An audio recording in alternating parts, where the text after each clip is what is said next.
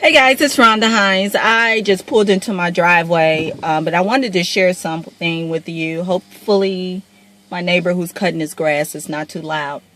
I was listening to audio like I always do in a car, but I'm going to share my story with you, a little bit of my story, and I'll explain to you why I decided to do that. You know, I grew up on the south side of Chicago and became a mom at the age of 13. And I quickly went from, the apple of my father's eye to a very big disappointment, not only to my father, but my mother. My household was very emotionally abusive. They were both functioning alcoholics, professional alcoholics, if you want to say that. And but we had a home. We were middle class, and they worked every day. On the outside looking in, everyone thought, oh, well, I was so lucky. And I won't say I wasn't lucky. I was lucky to have a home, because I look at so many other situations where, it was other things going on in other kids' household. And I always felt that, regardless, at least, my parents are both home. I have a home. I'm not living on the street. And that's how I always looked at things when I was younger. But when I became pregnant, I literally became an outcast. I felt very alone, and that there was no one that I can talk to, mainly because my community, my family, my cousins, my so-called friends were literally stopped talking to me. And I felt very alone, and I was very hurt that the way I was just hurt. I didn't have anyone to talk to. There was no one going through what I was going through that I can talk to. I was told, my parents, told me that I had ruined my life and that I would never amount to anything. And that was very hurtful to me. And although I thought, no, that's not true. Yeah, I know I made this mistake. I always felt that I would always not be what they said I was going to be. And that was not amounting to anything, or I was going to be on welfare the rest of my life. And all I was going to do was have babies and not amount to anything. I would not go to school or have the opportunity to go to school or anything like that. Well, my father was in the military, and I had big dreams to travel, because he would tell me about all these places that he had been to. And, so I wanted to travel the world, because although all those things and those negative things was happening in my household, I knew that the world had a lot more to offer because of these stories that he told me. So, I was told that I was going to give my child up for adoption, and, and I didn't care. I just wanted the pain to stop. Whatever you all want me to do, I'll do it. Just leave me alone. Stop with the emotional abuse, and just stop talking about me. And,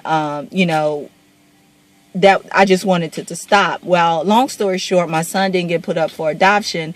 But when I graduated from high school, about a year after that, I decided to join the military, and I left my son behind, because I was like, look, I got to get some money. I knew that, certain military benefits came, and getting some money, I had to get my son and I out of that household, because I didn't want him to be exposed to that. Well, he was about 5. He was 5 when I left, and I wanted to get him out of that atmosphere. So I joined the military. And after my first tour, I sent for my son and brought him to California with me. Well, long story short, I was listening to Ray Higdon, and he was saying, your story is not your own. You must tell your story. It doesn't have to be a rags to riches story, because someone can relate to what you went through, and how you persevered and came through it later.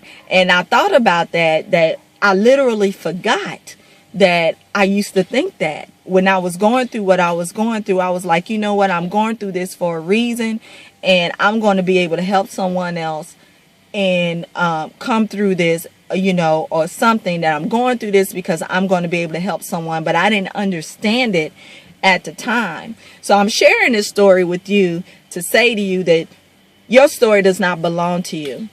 And he called me selfish. I was like, I'm not selfish. He was like, you're being selfish if you don't share your story, if you don't share your breakthrough. It does not belong to you.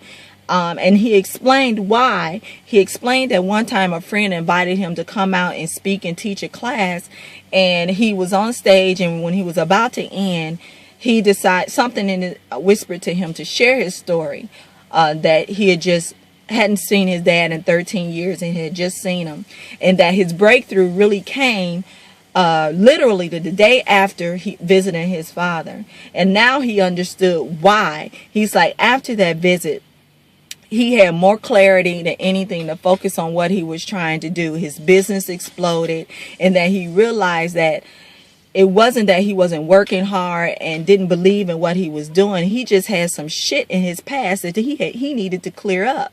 And maybe there's someone out there that's trying to have a breakthrough and working very hard and not knowing why something is just not working. Maybe it's something in your past that you just need to clear up. Maybe it's just some shit that you need to clear up. And once you do that and share your story, then you will have your breakthrough. So I want to challenge you guys to share your story, to empower others, to have your breakthrough. I felt like I was playing small in my life, and I didn't understand why that was. I just mentioned that to my husband just yesterday, and then I listened to this today, that I'm no longer going to play small. I'm going to share my story.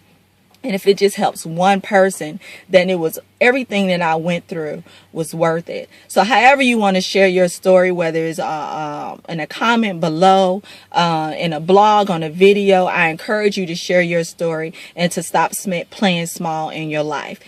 Thank you so much for listening. Bye.